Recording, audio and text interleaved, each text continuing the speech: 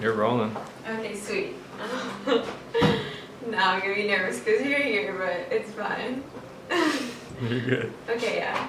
So, okay. I'm sure you could tell by the title of this video that I'm going to be sharing a pumpkin muffin recipe with you.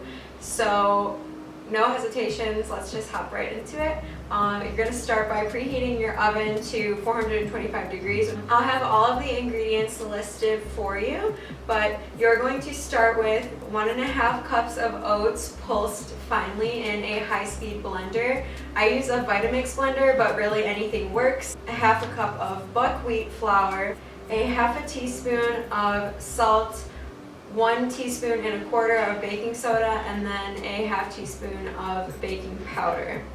And you can just dump that in. Next, I have 1/2 teaspoon of nutmeg, 1/4 teaspoon of ginger, and 1 teaspoon of cinnamon.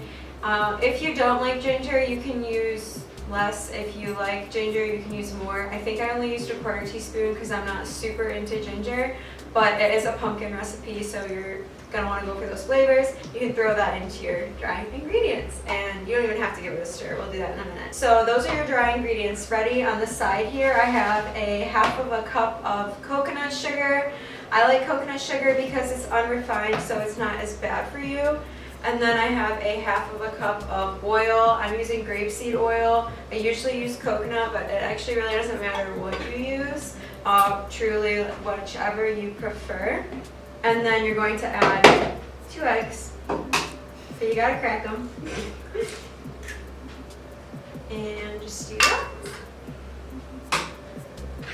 Whisk it, whip it real good, whip it real good. To add 1/2 cup of applesauce. This is, no joke, the trick. This is what's gonna make it so moist and delicious. And it also naturally sweetens the muffins. You're going to add 1 cup of pure pumpkin. I actually am not going to measure this because I'm lazy. Okay, and lastly, before I forget, because I literally almost forgot, you're going to need 1 teaspoon of vanilla because vanilla tastes good in everything. So now that you have all of your wet ingredients in the same bowl, you're going to mix in the dry ingredients into the wet slowly until everything is combined. So you can stop here if you don't want to add chocolate chips, but I'm going to add sugar-free dark chocolate chips. I love the ones by Lily's.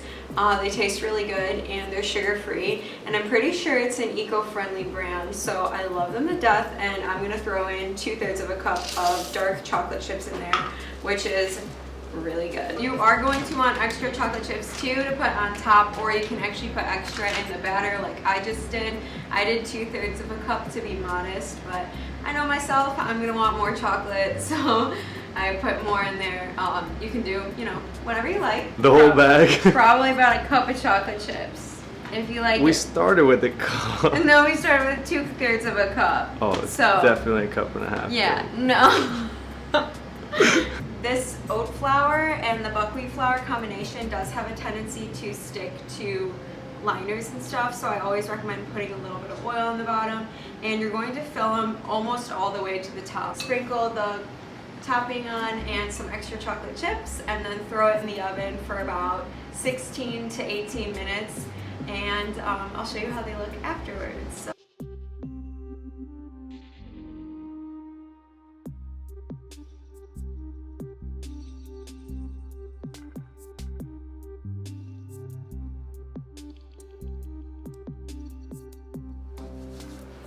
So so good. I made these for my family and they loved them. Definitely try this recipe. Let me know if you did and how you liked it.